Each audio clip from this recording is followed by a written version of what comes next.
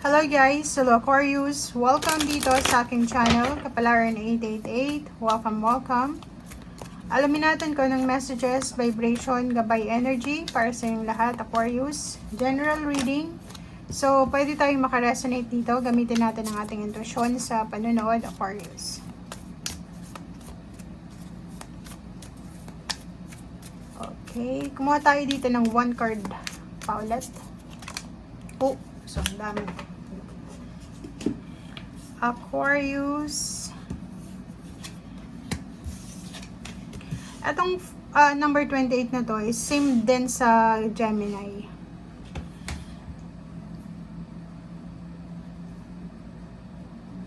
Okay, so sinasabi ng baraha dito na may posibleng kumbaga biyaya, 'di ba? May biyaya ka na makukuha this February na posibleng makatulong sa'yo para mag-heal yung mga relationship, 'di ba? Magamot yung mga relationship issues, personal, career, or kahit yung mga simple or mga mahihirap na issue sa buhay mo emosyonal.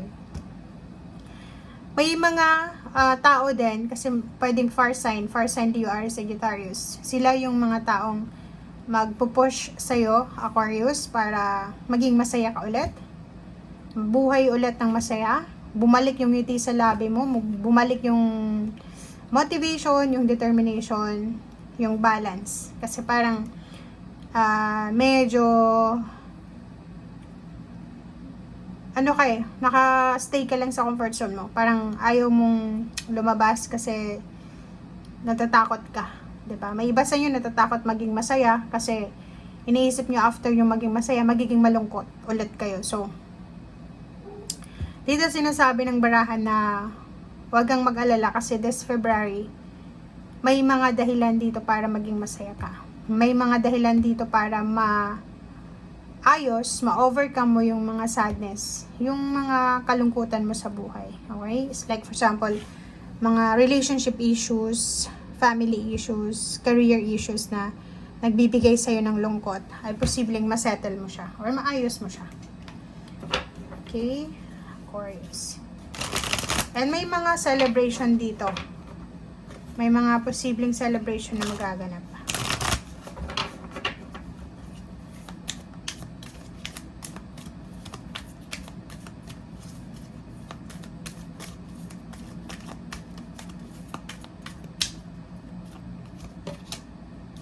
Okay, temptation. Stay away from temptation. Mga imbalances. So, yung temptation na yan is pwedeng yung mga negative, unhealthy commitments na meron ka. If, for example, yung gusto mo lang mag-stay sa isang lugar, gusto mo lang mag-stay sa isang relationship, yung masyado kang conservative na ayaw mong i-welcome yung mga pagbabago.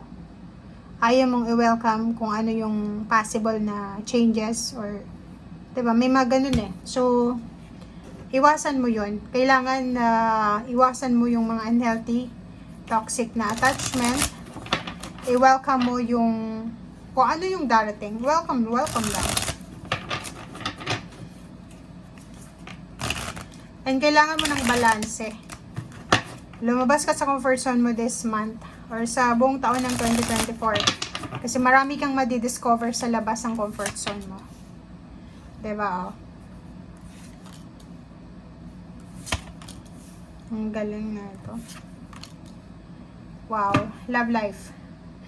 Nakikita natin dito na may magbabago. May Aquarius dito pwedeng magbago yung relationship niya. Diba? So, kung makikita mo, pwedeng may mag-alok sa'yo ng relationship. Pwedeng in a relationship ka na, tapos biglang may mag-aalok ng relationship. Pwedeng may asawa ka na, tapos biglang may papasok na isang tao, lalo yung mga babaeng Aquarius, na pwedeng mabago yung emotion mo, excitement. Diba? Hindi naman sa pinopromote natin yung may mga asawa, mga partner na i-welcome ito. But, yung baraha mo this February, since love month siya, makikita mo dito, 'di ba, na may mga tao na gustong maging parte ng buhay mo. If may asawa ka na, mas lalong magle-level up yung yung relationship nyo intimate. And family, parang sinasabi ng Braha dito na masaya yung pamilya mo. Mararamdaman mo din yung support ng mga kapamilya mo. Mararamdaman mo din yung support ng kaibigan mo. Lalo na kung sa relationship, mararamdaman mo yung support ng karelasyon mo. May mag-offer din dito ng kasal. Meron din na engagement party.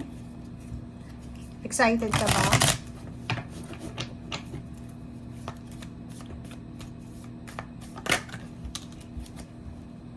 O, diba? Victory and success.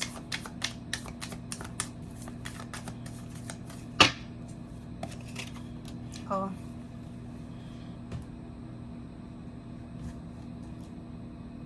Meron ditong temptation na parang nawawala ng pag-asa ng iba na parang gusto nyo na lang mag-stay sa kahirapan. Alam nyo na sobra-sobra yung nangyayari sa buhay mo, lalo na sa financial. Huwag ka daw mag-stay sa comfort zone mo. Ang nakikita natin dito is, may kakayahan ka. Mayroon kang kakayahan na magtagumpay sa buhay. Pero parang inilalagay mo yung sarili mo sa limit. May limit restricted. Parang self-restriction to.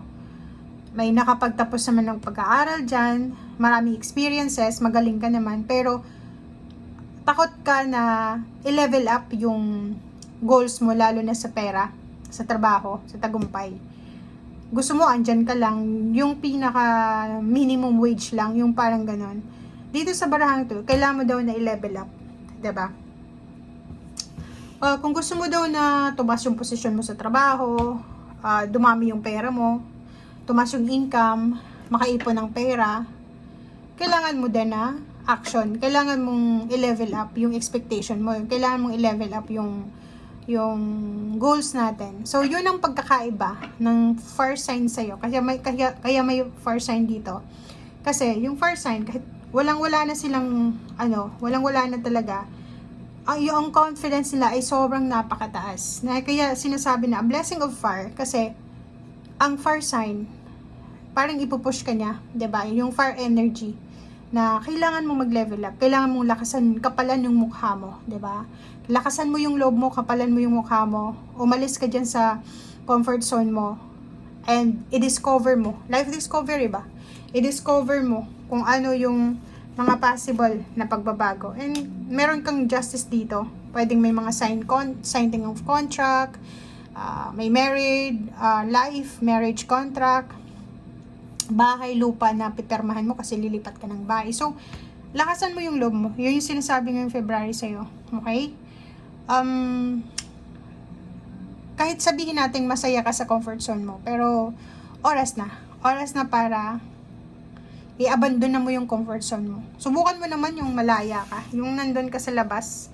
May mararamdaman kang takot, pero sinasabi ng Braha na kaya mo yan, kayang-kaya mo yan. Okay? Thank you guys. Bye!